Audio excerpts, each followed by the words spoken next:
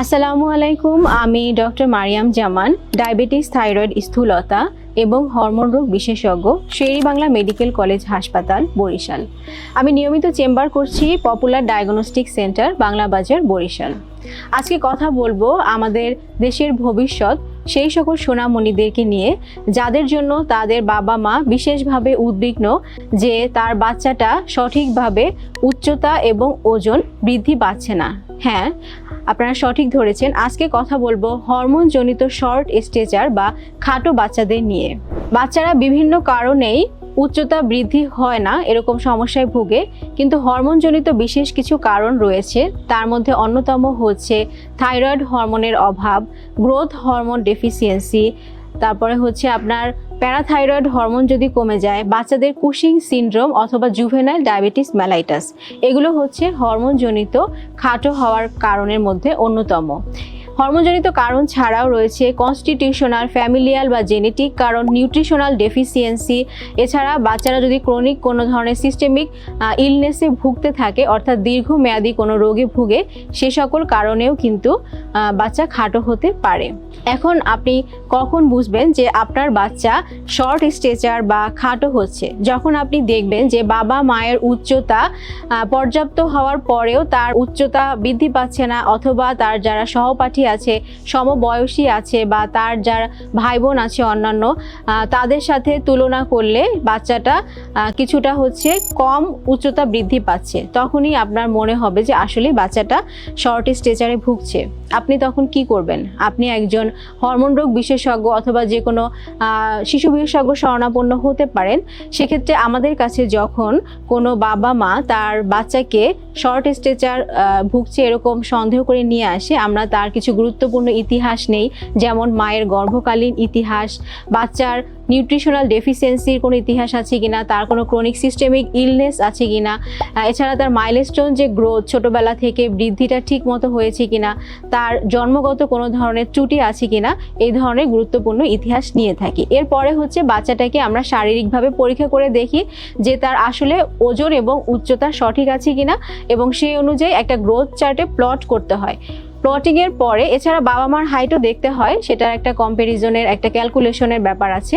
যখন আমরা একটা গ্রোথ চার্টে প্লট করি বাচ্চার উচ্চতা এবং ওজন, সেখানে আমরা দেখি যে বাচ্চাটার উচ্চতা 3rd পার্সেন্টাইলের নিচে আছে কিনা, অথবা 2 স্ট্যান্ডার্ড ডেভিয়েশন আছে কিনা। যদি এটা থাকে তাহলে বুঝতে হবে যে আসলেই আপনার বাচ্চা শর্ট স্টেচারে ভুগছে।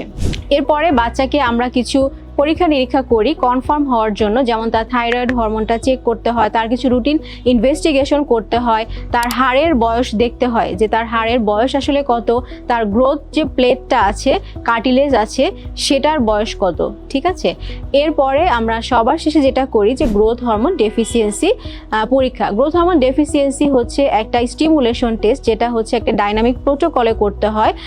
এটা আমরা যারা এন্ডোক্রাইনোলজিস্ট আছি, আমরা সুন্দর করে রোগীকে এবং এমনকি ল্যাবরেটরিতেও বুঝিয়ে দেই যে এই হরমোনটা কিভাবে টেস্ট করতে হবে। সঠিক নিয়মে পরীক্ষা না করলে কিন্তু আপনি সঠিক রেজাল্ট পাবেন না, এবং গ্রোথ হরমোন ডেফিসিয়েন্সি আছে কিনা এটা সুনিশ্চিত না হয়ে কখনোই কিন্তু গ্রোথ হরমোন দেয়া যাবে না। আপনাদের কোয়ারি ছিল যে কখন আমরা একটা বাচ্চাকে গ্রোথ হরমোন দিতে পারি। এটার কোনো সুনির্দিষ্ট সময়ভাবে নেই যে 5 বছর বা 6 বছর। যখনই আপনার বাচ্চার ডায়াগনোসিস হবে যে তার গ্রোথ হরমোন ডেফিসিয়েন্সি আছে এবং কিছু নির্দিষ্ট প্যারামিটার বা ক্রাইটেরিয়া ফিল আপ করবে, তখনই আমরা গ্রোথ হরমোন দেয়া কিন্তু শুরু করতে পারি। যেমন তার হাড়ের বয়স আমাকে পারমিট করবে, তার যদি বয়ঃসন্ধি না শুরু হয় সেক্ষেত্রে আমরা কিন্তু গ্রোথ হরমোন শুরু করতে পারি। এরপরের প্রশ্ন হচ্ছে বাংলাদেশে কি গ্রোথ হরমোন পাওয়া যায়? হ্যাঁ, অবশ্যই বাংলাদেশে গ্রোথ হরমোন অ্যাভেলেবল, এবং এটার জন্য আপনার সবার প্রথমে হচ্ছে গ্রোথ হরমোন ডেফিসিয়েন্সি কনফার্মলি ডায়াগনোসিস করতে হবে। সেকেন্ডলি হচ্ছে আপনার চিকিৎসকের একটা প্রেসক্রিপশন লাগবে, এবং থার্ডলি আপনার চিকিৎসক শুধুমাত্র অথরাইজড যারা গ্রোথ হরমোন দেওয়ার জন্য, সেখানে আপনার যে নির্দেশনা দিবে আপনি সেখান থেকে হচ্ছে গ্রোথ হরমোন কালেক্ট করতে পারবেন। তবে এটা কিন্তু বেশ এক্সপেন্সিভ একটা হরমোন, সুতরাং একেবারে সুনিশ্চিত না হয়ে কিন্তু গ্রোথ হরমোন কখনোই দেওয়া যাবে না। এরপরে হচ্ছে কতদিন আমরা দিব। এটা নির্ভর করে বাচ্চার যে গ্রোথ হরমোন আমরা দেয়া শুরু করেছি তার রেসপন্সের উপরে। বাচ্চা 3 থেকে 6 মাস পর পর যখন আমাদের কাছে ফলো আপে আসে, আমরা তার growth velocity, height, general conditions এবং কমপ্লিকেশনসগুলো কিন্তু চেক করি।